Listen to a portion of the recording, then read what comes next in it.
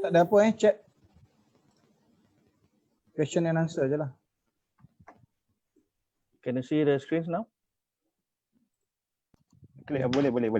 Okay. Nampak.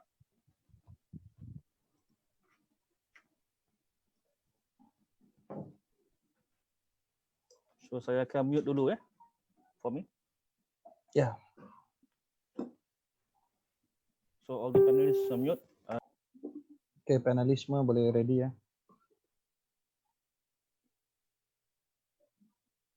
So we keep it simple, slow and steady so that they can understand the flow, and then I think it's alright.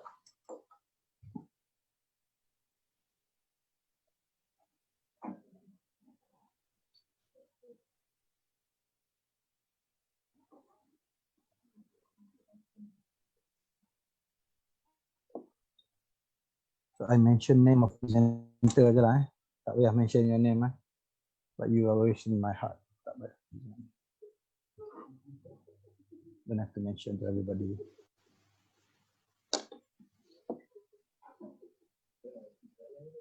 Tak apa, it's okay. Let people hear.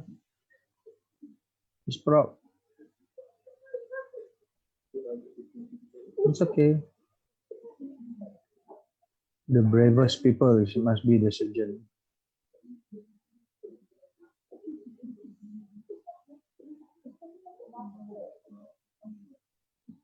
Dr. Marfu'ah, Dr. Nuratika, Muhammad.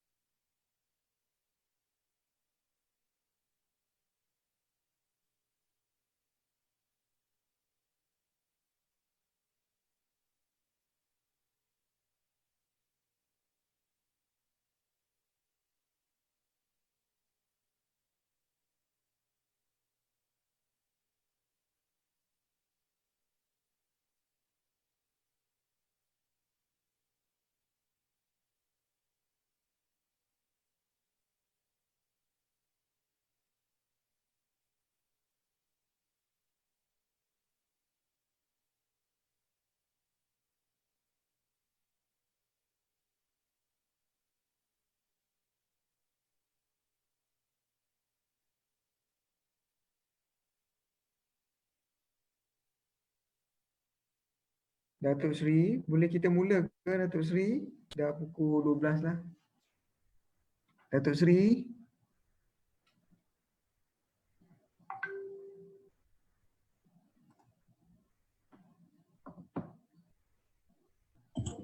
Okay, can we start? Datuk Seri, kita boleh mula. Ya, Datuk Seri. Can you hear me? Can you hear me? Boleh. Okay. Yes. Boleh. Assalamualaikum warahmatullahi wabarakatuh dan a very good afternoon to everyone that present in this teleconference. First of all, I would like to thank you for the organizer that giving us a chance today from Department of Surgery, Cardiothoracic Surgery Unit to lead the Clinical Pathological Conference. Unfortunately, we unable to do a proper one, so we have to do via this Zoom, which is maybe won't be perfect, but I hope you can bear with us for an hour. Our topic today is a case of misbehaved testis.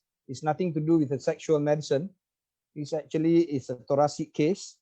It's quite an interesting case which involves a multidisciplinary team, which we value very much their input and help to manage this patient from the diagnosis until the patient was well and discharged. So, and I would like to thank you everyone as a panelist today. Dr. Marfu'ah from Oncology Department, Professor Madya, Dr. Yasmin from Radiology Department, Dr. Atika from Respiratory Unit, medical department, and Mr. Hishamuddin from cardiothoracic surgery. And lastly, we will have Dr. Afiq, Muhammad Afiq from the pathology department. So I think without further ado, we would like to invite Dr. Marfoa to begin the case conference with first talk. Yeah? Okay, Assalamualaikum warahmatullahi wabarakatuh, and a very good afternoon to everyone. So the case that we're going to present today is a 29-year-old Malay gentleman with no known medical illness. He presented with a few months history of right-sided chest pain. It was progressively worse in nature.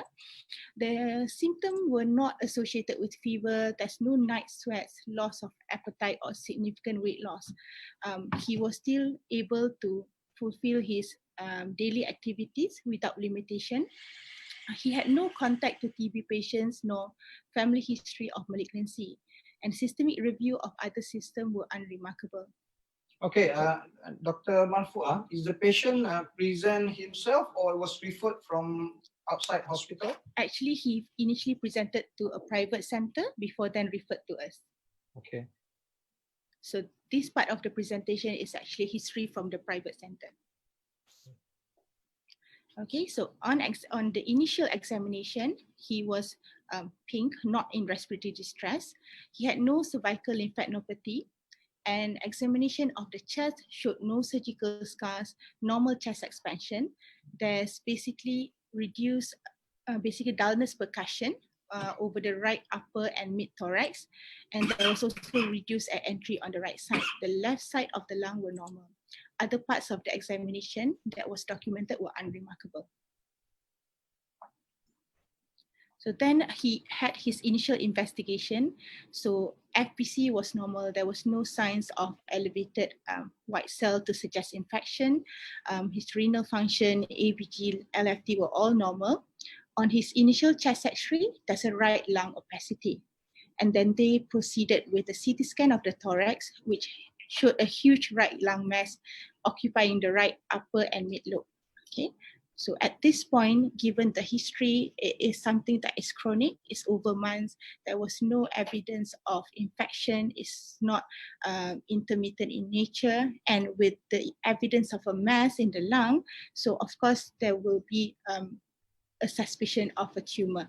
Okay, so the provisional diagnosis was a lung primary. Okay, in order for confirmation, he underwent CT-guided biopsy of the lung mass. Okay, and it came back as a poorly differentiated carcinoma, and they think that it was likely a lung primary given the clinical presentation.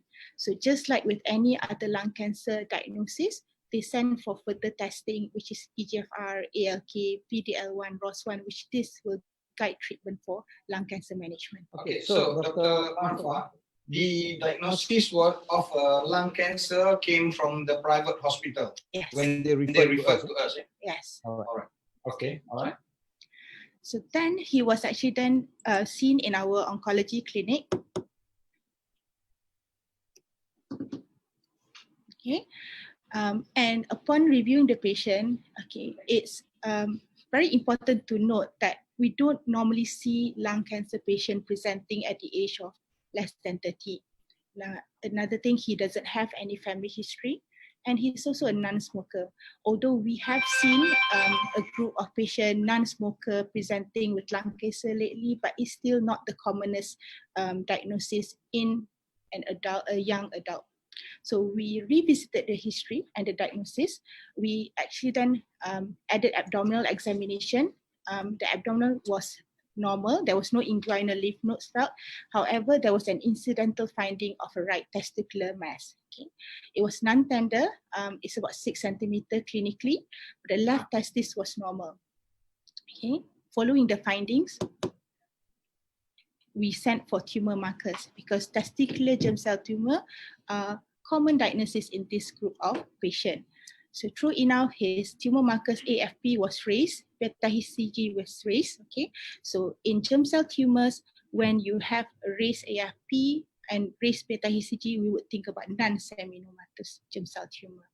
Okay, So in view of the new findings, raised tumor markers, and then we actually requested for a second look of his histopathological examination, and the pathologist did further immunohistochemistry staining, okay, and they revised the pathology as metastatic embryonal carcinoma, okay, and the Ki-67 is more than 80%, meaning it's rather aggressive, okay. So the diagnosis was taken as a right testicular non-seminamitous germ cell tumor with lung metastasis. Okay, so the main treatment went for chemotherapy upfront. Okay, so normally the primary or basically orchidectomy, we can actually defer to after completion of chemotherapy. So the chemotherapy of choice for germ cell tumor would be BEP regime. So he had BEP for 2 cycles, and then we had to drop the bleomycin because of skin toxicity from bleomycin. So then he completed the rest of the EP chemotherapy for 3 cycles. Monitoring of his condition. So clinically, he was a lot better throughout the chemo. As you can see, the tumor markers were also reducing in trend. Okay, but however, normally we would start seeing normalization of tumor markers by cycle 3. Okay, so at cycle 3, cycle 4, it was the patient still have this tail of raised AFP, even though the beta HCG has normalized after cycle 2. So given this finding, we actually arranged for a PET scan to assess his disease. So PET scan after 4 cycles of chemotherapy shows an uptake around the rim of the lung mass and also the testis. So upon the findings, we actually, because the treatment of germ cell tumors after chemotherapy, there is role of surgical intervention when there's residual mass in non-seminamitous germ cell tumor. There's also role of surgery in which germ cell tumors which didn't really respond very well to chemotherapy, or if basically the tumor markers plateau during chemotherapy. Okay, so that was the indication for referral for surgical intervention. And going back, remember we didn't have the orchidectomy upfront, so we actually referred to urology for orchidectomy and cardiothoracic team for excision of the lung metastasis. All right, I think we have to congratulate our oncology team. It's very detailed perusal of the case, and finally we have to change the diagnosis from polydifferentiate lung cancer down to a germ cell tumor. That's very, very important for us to realize. And I think they had the urology MDT. We didn't involve the urology here, but MDT of the urology team was done. And then given the presentation and histological diagnosis and PET scan finding following the chemotherapy, they went for, I think, single orchidectomy in this patient. So from the orchidectomy, there was no complication, the patient was well, and then referred back to our cardiothoracic team. So for now, I think I will invite Professor Yasmin from the radiology department to show us a bit of the radiological findings. Prof. Yasmin?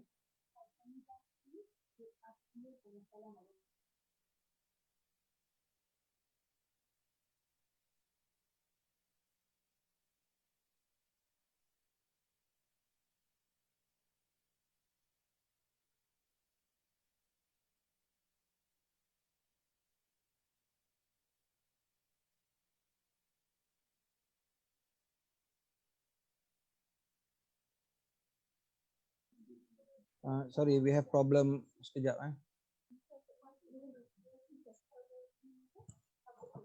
You come here. Can you hear me? All right. Okay. Good afternoon, everybody.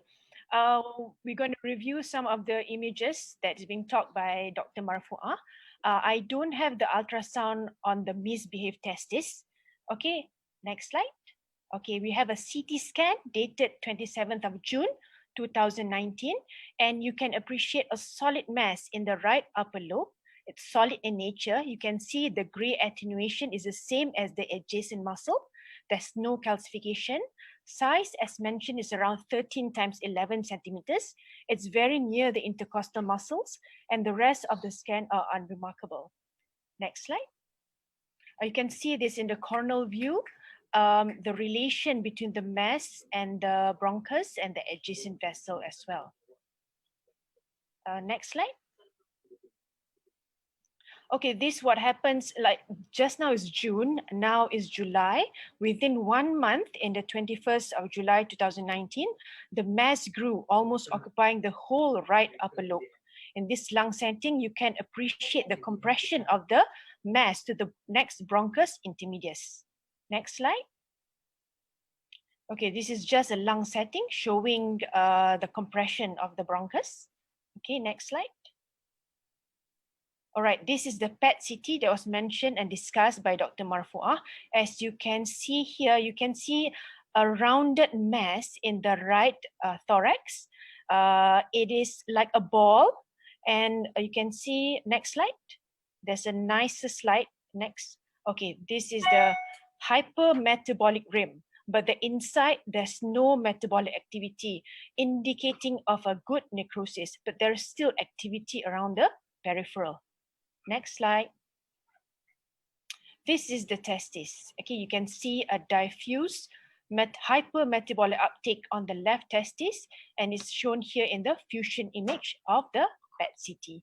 So you can see there's two hypermetabolic focus, the peripheral rim of the lung mass on the right side and the left testis. Okay, next slide. All right, just to show that back in July 2019 and the CT in December, after a few cycles of chemo, the patient responded very well to the chemotherapy, and the mass significantly reduced itself. All right, this is just the coronal view. Just now, you see it's very near the bronchus. Now it's more towards the periphery. Okay, next. All right. That's all for now. I'll catch up later with you all. Okay.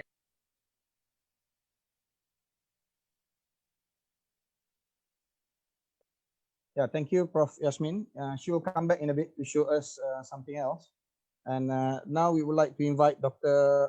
Atika from Respiratory Unit to present her preoperative investigations that normally, when they refer to cardiothoracic, any lung case, we will then re-refer, or actually they should go to respiratory first for the evaluation of preoperative surgery, which include a few basic testing. I hand over to Dr. Atika. Thank you, Dato. Assalamualaikum warahmatullahi wabarakatuh, and good afternoon. So we will talk about the pre-op assessment. The team actually referred to RESPI for pre-op assessment for lung resection. So what we need to evaluate for the lung intervention is actually number one, the surgical risk. It will be determined by the surgeon. And then number two would be the anesthetic risk. And number three would be the pulmonary risk. So we will assess the pulmonary risk. So what we will assess is actually all of the patients that will undergo a lung resection. Either it's a lobectomy, it involves one lobe, or it's a pneumonectomy involved the whole lung, irrespective of the age and the extent of the lesion, must have a pre-operative evaluations. So what we evaluate is that, number one, we did a pulmonary function test. So what pulmonary function test will see is actually the parameters of the forced expiratory volume in a 1 second, FEV1.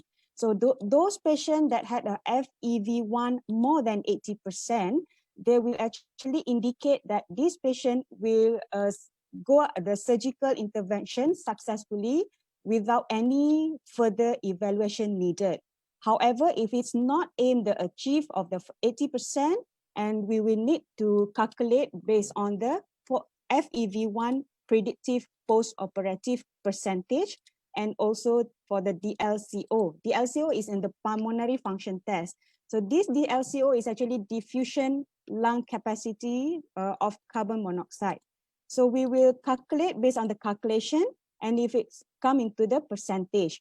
If it's percentage more than 60%, so it will categorize under low risk. What is actually low risk? this is actually the functional reserve of the patient is sufficient to withstand the surgery post-operatively, and the mortality, the expected mortality is actually less than 1%.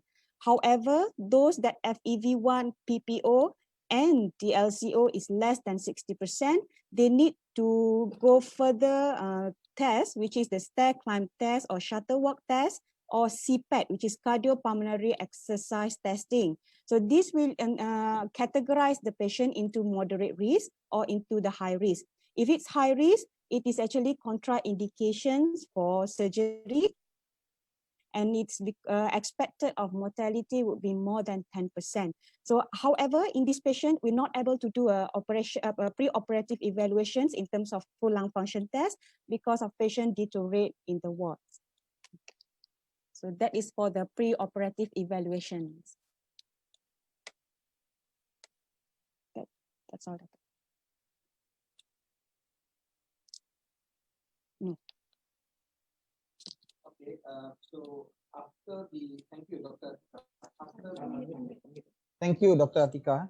After the pre-operative assessment, we had a look back at this patient, and then the poor patient is a very young man who need to have a total pneumonectomy excision. Looking at the radiology findings, we think that, you know, it's a bit high risk for the patient. So, you know, we feel sorry for the patient, that we thought perhaps, you know, the patient can continue further oncological management or shrink down the tumor further so that the resection will be less, maybe just a lobectomy or just a local excision. So the patient was referred back to oncology. Unfortunately, during the stay in the oncology ward, the patient developed high-grade fever and was very, very unwell. And then at this juncture, we thought, you know, we had to redo things and rediscuss things further for, you know, further management. So I think the oncology team has requested a repeat scan, which maybe Prof. Yasmin can show us. Okay, so the CT scan shows the answer that we've been looking for. So you can see the mass appears larger, but instead of a solid attenuation, you have a complex fluid attenuation with lots of air pockets inside. And what happened to arteries and all the relevant structures if resection were to be made? And at this point, we will back to the drawing board, whether we should drain this necrotic mass, whether it's back to cardiothoracic surgery. And I think this will be discussed by Dato in a minute. Okay, so it's a infected necrotic mass presented in the CT. Thank you. So thank you, Prof. Yasmin.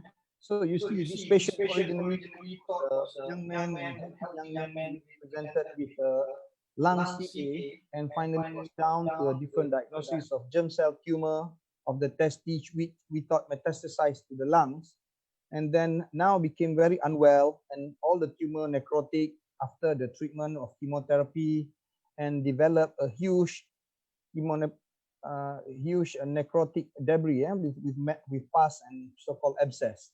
So the abscess was quite big, and the patient was very unwell in sepsis at this juncture.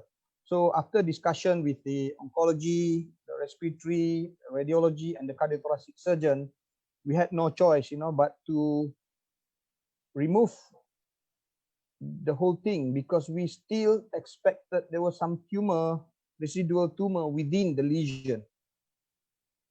So we had to discuss with the family members and the patient himself that the surgery was high risk in view of, number one, we had to remove the whole of the right lung, total pneumonectomy, and to clean up all the infective foci, as well as removing the tumor, going for intention for cure. So after discussion, I think they agree, and we had to go for a very high risk surgery. We're talking about mortality about 30 to 40% in this patient.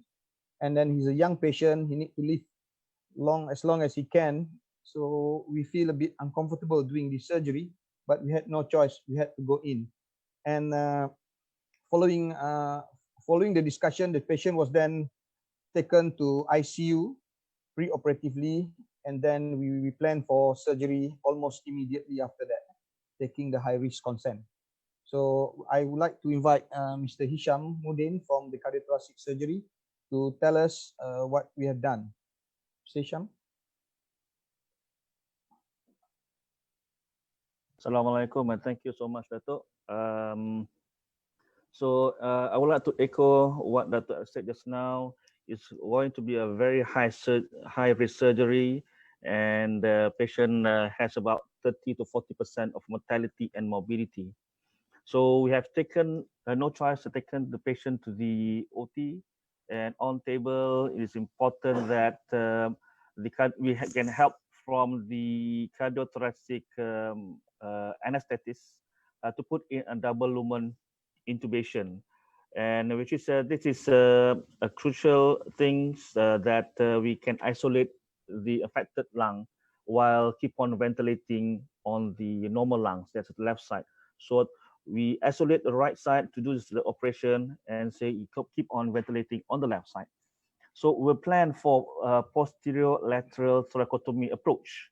We do not do any thoracoscopic approach for this patient. Just because number one, patient is very bad sepsis. We want to have a very good in and out. And then number two is that the lesion is so big and so bad so that we can do a proper job. And as Lato has mentioned, we have to do an oncology resection and as well as taking out the debris of the abscess. For this, we try to do an extrapleural approach, of which I will show you in the next slide. First, we position the patient in the lateral decubitus position while putting the affected side on top. We take care of the right arm so to avoid any shoulder injury and also any nerve injury. This is the view from above for the patient. You can see we draw the tip of the scapula, and so that's the site of incision we made, which is parallel to the ribs. So this is the schematic view of what we did from the skin, incision from the skin directly to the ribs. We split and cut a few muscles, namely the latissimus dorsi, trapezius, and so the rhomboid.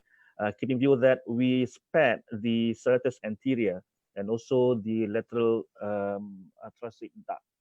And we enter the right hemithorax via the fifth interscrotal space.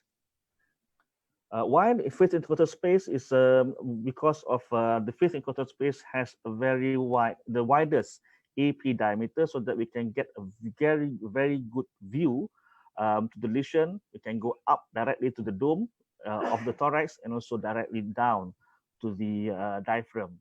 And reason number two is because fifth intercostal space is level is directly at the hilum. So any intervention like lobectomy or in fact pneumonectomy is very crucial to get that level and directly to the hilum. So I'm going to show you extrapleural approach upon excising and separate the ribs. We can see directly at the thick parietal pleura. This is the thick parietal pleura that we can we holding the thick parietal pleura. So we push down all the thick parietal pleura directly up to the apex of the lungs and come down inferiorly direct to the diaphragm. So all the thickened and unhealthy parietal pleura is way down from the thoracic cage. And upon entering the pleura, there is not much of a fluid intrapleura, but directly this large and huge lobe of mass. And opening up the mass, and there is a very foul-smelly, large amount, thick yellowish greenish pus, as you can see right here. So we drain the pus. And we actually look around. As in this case, we put a camera in, we look around, there's a lot of necrotic tissue surrounding the lesion. too much, as much so that gone up to the apex and gone down to the diaphragm. And the next slide shows a lot of debris, necrotic debris of the mass of the tumor, and also multi-small lobules of pus. So in this juncture, we try to look at the normal part of the lungs, at the upper lobes and also the lower lobes. To our surprise, that the upper lobe, the remaining of the upper lobe and the remaining of the lower lobes looks very unhealthy, very pale, and very infected. So, and non-working as well. So at this juncture, bearing in mind that we have to do a pneumonectomy, this is one of the things that we like to do a pneumonectomy for the patient. Number one is that for tumor clearance, good surgical oncological resection for the large tumor for this abscess, and also non-working upper lobes and lower lobes, including the middle lobe. So we proceeded with the right pneumonectomy for this patient. Can you tell us a bit how do you isolate the hilum? What kind of structure you isolate and resect for the pneumonectomy? We are from this view. Very wide view of episection. We can directly at the hilum. We can search easily the right bronchus. We can easily from anterior right to main bronchus. Right main bronchus. Okay, right main bronchus can isolate all the pulmonary arteries and vein. So very fortunate that we can isolate these structures, and we bring out all the cavity in one lump sum. Okay. So post-operatively, patient was brought back to CICU for ICU management, and patient continued to have sepsis, and requiring a double inotrope support, but not very high, and continuing the high antibiotic support. Patient was ventilated about 2 days, and after the 3rd day, we extubated, and patient was well. And the recovery was good in ICU, and also brought back to the ward, and patient have very good recovery in the ward as well. Patient was then discharged in about day 8 post-operatively. And this is the chest X-ray post-lobectomy in pneumonectomy in the ICU. You can see the right. Sorry about the mistake there. The right hemithorax is filled up with fluid and a bit of air inside at the apex, and eventually, in time, the whole right hemithorax will be filled up with fluid. And we had when post recovery, patient is discharged 8 days after the surgery. On follow up, patient is well. The wound is okay. Patient is well. A bit of dyspnea upon stress, but patient is well on follow up. And I think that's from Plummer. Okay, I heard the surgery was fast because we need to go in and out. The anesthetic was nagging at us because of the sepsis in patients not very stable. So I think the surgery was completed about 25 minutes, which was very good. Full clearance. So instead of simple lobectomy, it turned out to be a total decortication of the parietal pleural cortex, drainage of abscess, as well as total pneumonectomy, in which we removed the whole 3 lobes of the lungs, because number 1, to get the clearance, number 2, that the upper lobe and lower lobe was a thick, solid, and non-functioning lung, so we cannot leave it behind. So these patients now had only one side of the lung, the upper and lower lobe of the left lungs, but normally, without any strenuous exercise, the normal daily activities in this young man should be okay, should be enough for him. Eventually, this lung will expand, and the mediastinum will be pushed a little bit to the right. The lung size will be increased over time. So the right side specimen, including the TB, tuberculosis, I think investigation, but all was negative. And I think we get our colleague from the pathology department to tell us all the findings that we have gone through so far in this case. Dr. Afiq from the pathology. Please, Dr. Afiq.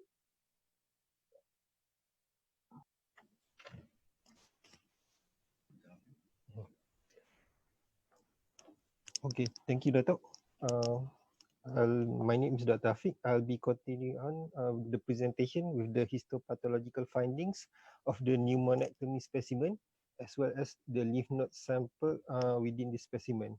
So before that, I would like to turn our attention on germ cell tumors. Basically, it can be divided into seminomatous and non-seminomatous germ cell tumor. So before that, we have a precursor lesion named as, initially it was intratubular germ cell neoplasia, but the current term is germ cell neoplasia in situ. So for the seminomatous germ cell tumor, it can be divided into classical seminoma.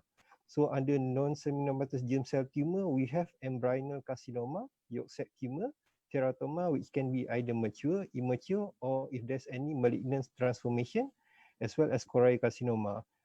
Do bear in mind that for germ cell tumors, it can either exist as a pure form, meaning there's only one morphology, or mixed form, which is the more common part. So basically, in one tumor, you may see a component of teratoma, yolk sac tumor, as well as embryonal carcinoma. That's as an example. So first, I would like to turn our attention on the morphology of each of the germ cell tumors. So in the first picture, on the left side is a yolk sac tumor. Basically, here we can see a microcystic pattern of a tumor. Basically, we have these small cystic spaces coalescing together. So microcystic pattern is the most common pattern encountered in a yolk sac tumor. So at the center of the picture, here we can see two Schiller duval bodies. Basically, there are central blood vessels surrounded by these neoplastic cells within the cystic spaces. So Schiller duval bodies can be found in yolk sac tumor. So yolk sac tumor has many different growth pattern. It may have glandular pattern, solid pattern. So it's quite unique lah in that sense. So on the right side, we can see embryonal carcinoma. As we compare both slides, both pictures here, we can see that for embryonal carcinoma, the malignant cells look more pleomorphic, meaning that they have many large and small cells, irregular, and then we have rather high vesicular nuclei with prominent nucleoli. And there's also, like at the pointer here, some atypical mitotic figures. So surrounding this tumor, we can see many hemorrhagic and necrotic debris. Next is a choriocarcinoma. If you remember the embryonal carcinoma just now, the morphology looks slightly similar, but choriocarcinoma is basically a malignant trophoblastic proliferation composed of trimorphic population of syncytial trophoblasts, cytotrophoblasts, and intermediate trophoblasts. So for the syncytial cytotrophoblasts, it's basically a multinucleated cells, like a direct arrow here. And then on the left side here is your intermediate and cytotrophoblasts. For teratoma, it's a tumor composed of more than one of germ cell layers. Basically, you can have either endoderm, ectoderm, or mesoderm differentiation within the tumor. So in this picture is the ectodermal punya component, whereby we can see stratified squamous epithelium as well as the skin adnexa here, sebaceous gland as well as some ducts. And then beneath it is your fibrofatty tissue. So within a teratoma, we can also see other tissues such as bone, cartilage, as well as thyroid tissue. So now we'll be going on the HPE findings for this patient. First, I'll be comparing between a normal histology as well as the patient's histology. So on the left side here, we have a normal lymph node. A normal lymph node is usually surrounded by a thin fibrous capsule. The inner structure is composed of cortex, paracortex, medulla, as well as sinus. So as you can see here, many spherical shaped pattern here. Basically, these are your lymphoid follicles, and the central pale area is your germinal center. So this is the morphology of a normal lymph node. On the right side, which is the patient's lymph node, we can see what we call as a classical cacheating granulomatous inflammation. So basically, at the periphery, there's aggregates of epithelial lymphocytes, epithelial histiocytes, with central necrosis. So this is what we call as a cacheating granuloma. And at the bottom here, as you can see, there's one what we call as Langhorne type multinucleated giant cell. Multinucleated giant cells are basically the fusion of histiocytes. There are many types of multinucleated giant cells, such as Tutten type, foreign body type, as well as osteoclast like giant cells. But for Langhorne type, as you can appreciate here, the nuclei is arranged at the periphery. Next is the lung specimen. This is a normal cross-section of a lung tissue. Centrally is a bronchiole, and there's a larger channels here are your blood vessels. And then the smaller cystic spaces here are your alveolar spaces, which are lined by pneumocytes. For this patient, however, as we can see, there's no more alveolar spaces. It has been totally obliterated and replaced by fibrotic tissue. There's some benign cartilage located at the periphery and minimal alveolar spaces here. So on high power view, we can see same morphology as well like what we saw in the lymph node just now. So basically, there's aggregates of epithelial histiocyte at the periphery with central necrosis. This is another picture from another section of the lung. So basically, what this patient is cacheating granuloma. So because as previously stated, this patient's biopsy was initially reported as a poorly differentiated carcinoma. So basically, sometimes we have, when we receive a tissue biopsy, there may be difficulty in determining what type of tumor it is just based on morphology. So we need immunohistochemical study as a confirmatory test to make a diagnosis. So here we can have a few specialized panel that we can use to confirm what diagnosis it is. For instance, in seminoma, the OCT4 and CD117 is positive. For embryonal carcinoma, we can see that CD30 and SOX2 is positive. For yolk sac tumor, the glypican-3 as well as the alpha fetoprotein is positive. For choriocarcinoma, the beta HCG is positive. So basically, immunohistochemical studies uses the principles of antibody targeting a specific antigen in the particular cell.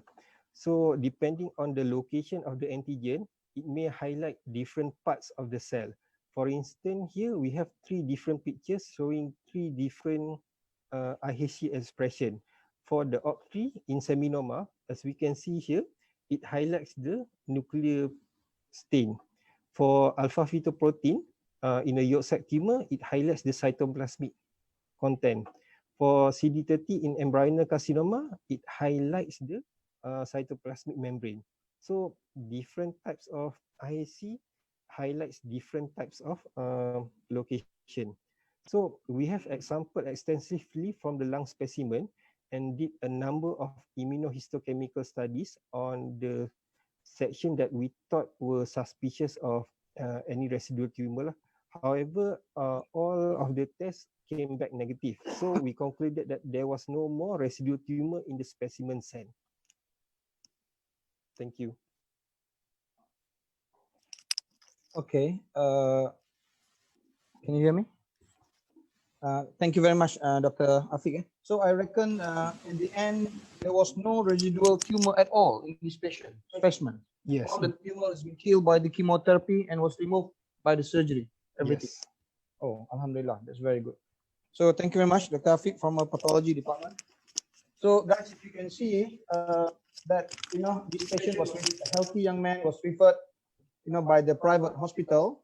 No matter which hospital they come from, if they were referred to us or to you, you must take it from zero again. You must re-examine the patient with full history, examination, and perhaps, if you're not sure, if any small suspicion, you should revise all the investigations again. All right? to get the proper diagnosis. You see how important the diagnosis will change completely here. And then the multidisciplinary approach is very, very important. Okay, you cannot do it in your own yourself. You cannot do it in your own unit alone. It's important to involve those people who can help in managing this particular patient. So we have always been told by our oncology team that the germ cell tumor, especially, can be treated with a good prognosis with the chemotherapy. So we have to send to them first before it comes to the surgeon. Unfortunately, in this patient that developed a bad sepsis and the tumor was infected, so that's a different issue. Otherwise, he would have been cleared, Dr. Marfa, he would have been cleared with chemotherapy alone, because looks like all the tumor was removed. Yeah. Normally we do go any chemo after chemotherapy, even if the tumor markers have normalized. For non-seminomatous germ cell tumor, we do actually advocate for excision of any residual mass. Okay, so the excision comes after that if there is residual. Yeah, because coming back to the description by Dr. Afiq just now, non-seminomatous germ cell tumor can be made up a lot of components. So the teratoma component is not chemosensitive, and that can undergo malignant transformation later. Okay. So whatever it is, the patient was fortunate. He was catch early, and he was still well. And then they took the high risk consent for us to perform the surgery. And Alhamdulillah, we did the surgery very well. And with the help of anesthetic and intensivists, the patient was nursed in ICU with proper medications, and he was well. Diagnosis. Okay, the issue with this patient is that he had some insurance problem, so he has been going to private hospital because it was so easy. It's easier to use his insurance. If he does it here, he has to pay and claim. So when we found the testicular mass, he actually went back to the private center and had the ultrasound there. So there was an ultrasound of the testis that showed basically a mass in the testis. So this is how important for us to look at the normal pathology in certain people. Let's say this young man with a lung CA. So someone with a bit of knowledge can think that is that possibility or something else, and then we have to think slightly outside the box, even though we've been referred. Unmute. Can you unmute? Okay. So this is very important that even though we were referred with certain diagnosis, when the patient was seen by someone, we have to think a bit outside the box, then to think about, young man with lung CA, is there anything else that could be? So we start, poking further, investigate further. And finally we found this, which is, I'm very grateful to the team. Yeah, well done. So the second question, I think from Prof. Adifendi. Can Dr. Yasmin, Prof. Yasmin can answer this? Yes. Prof. Yeah, the decan. How? Mana tadi? Any difference if it was drained percutaneously by IR instead of straight surgery? Well, for one thing, you can see in the PET-CT, the peripheral is hypermetabolic. So it's even though the content is pus and necrosis, but the peripheral is, you can't really, there's tumor still present. So we don't dare to percutaneously drain by IR. And another one is we have drained GCT before palliatively. And after 1 or 2 weeks, it's get blocked because part of it is also some necrotic debris as well. So we have to puncture again, and it's quite cumbersome to poke and things like that because it will never get cleared. And you can see also from the CT part of the PET-CT, there are reactive consolidation as well elsewhere around the infected debris focus. So it's too large anyway. And the intraoperatively, Prof. Jafandi, the lung was, the upper lobe and the lower lobe is a hard rock solid lung, which is non-functioning. We cannot leave this lung behind. So sometimes we have to perform we have to make a decision intraoperatively. It's very difficult decision to remove the whole lung.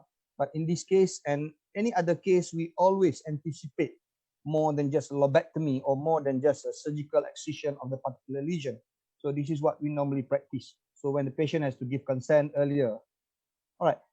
Your question regarding the, regarding the how common this is, and of course, now and again we get the misdiagnosis. So far in my been here for about almost 20 years, I think we got about only 3 misdiagnoses so far. One is a lung lesion which was supposed to be a malignant, but it was said it's a simple teratoma.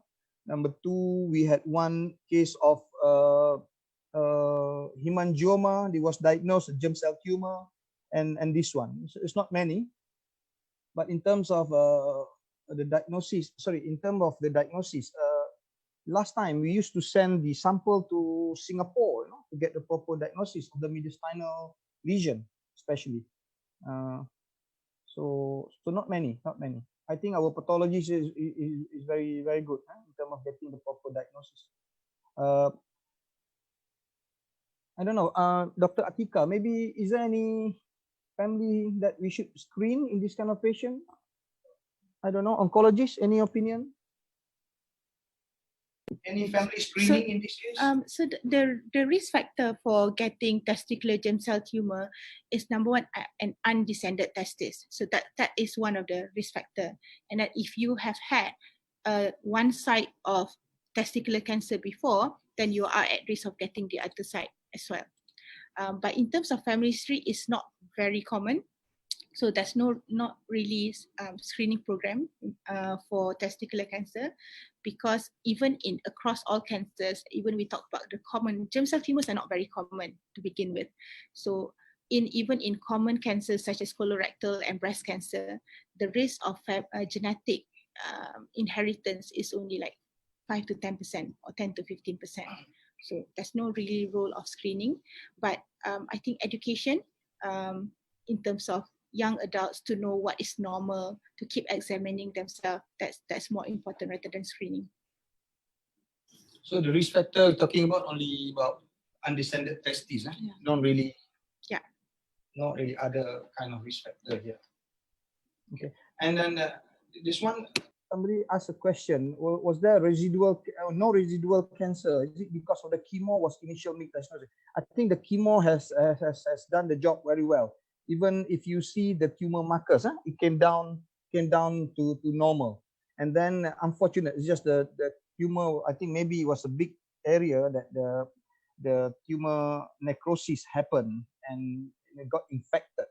And the upper and lower lobe also got transmitted of the infections there. And of course, there are compressions. If you like it or not, there will be definitely will have some compressions of the upper and lower lobe, bronchus or bronchioles, which has caused the consolidations of the upper and lower lobe as well. Yeah, so they can become non-functioning. And the patient, of course, don't breathe very well. Deep breathing is very important to open up all the small airways.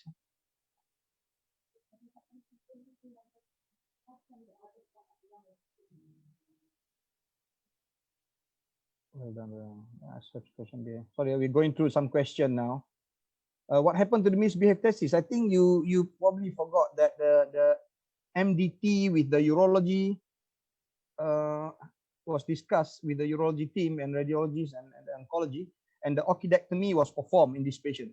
So we didn't include them because it's too many people. So the orchidectomy was performed. Because it's very important to remove the residual there, as mentioned by Dr. Mahfua. Any other question that we missed?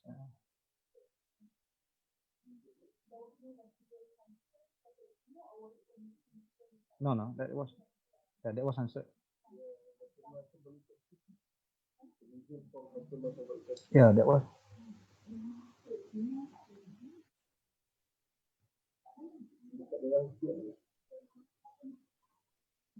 Okay, guys, we're going through some question here.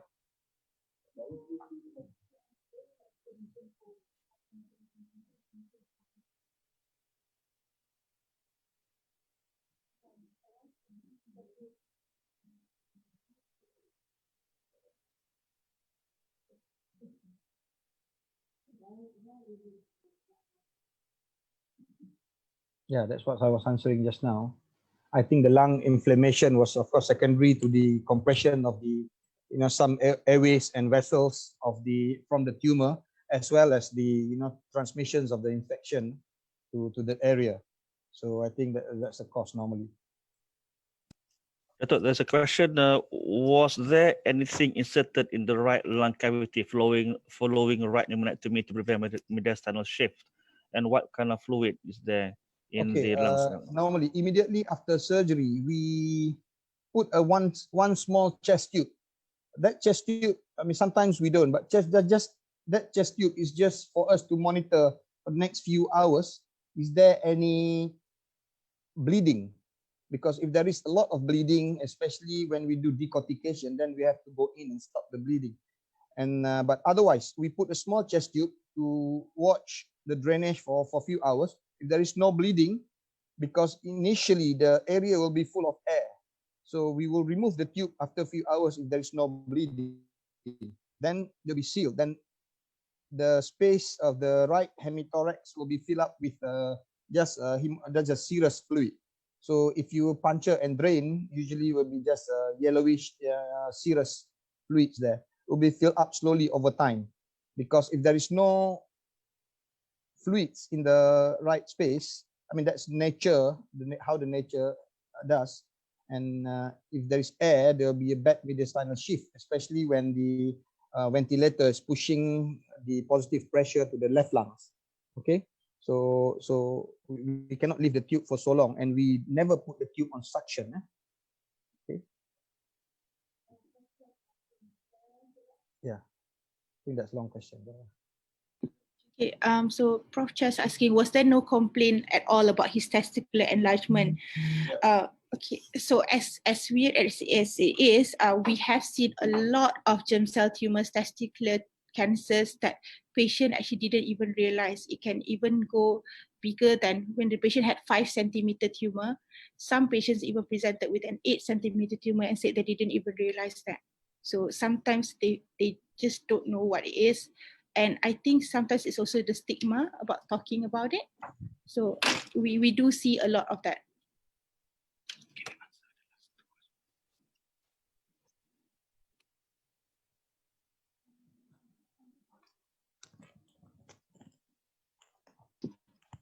Okay, germ cell tumors are not very common, but it's common in this age group. It has a bimodal distribution you see in the young adults, and you can see around middle age as well. Okay, that was done only unilaterally. Just unilateral. Because I think even after the chemotherapy, the PET scan, the other side was clear. And of course, he's a young man. Maybe he needs to use his testis in the future. We remove the affected testis. The unaffected one, we actually monitor, we do close surveillance. So that's why lifelong surveillance is very important in this particular group of patients, and also in all cancer patients. Last kali. Dah, accommodation dah. Okay, I think we've answered everything. Or maybe that's I think that's enough for now. The pathology. So thank you very much and well done.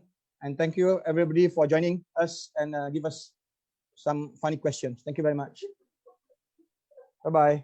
See you again in the future. Assalamualaikum.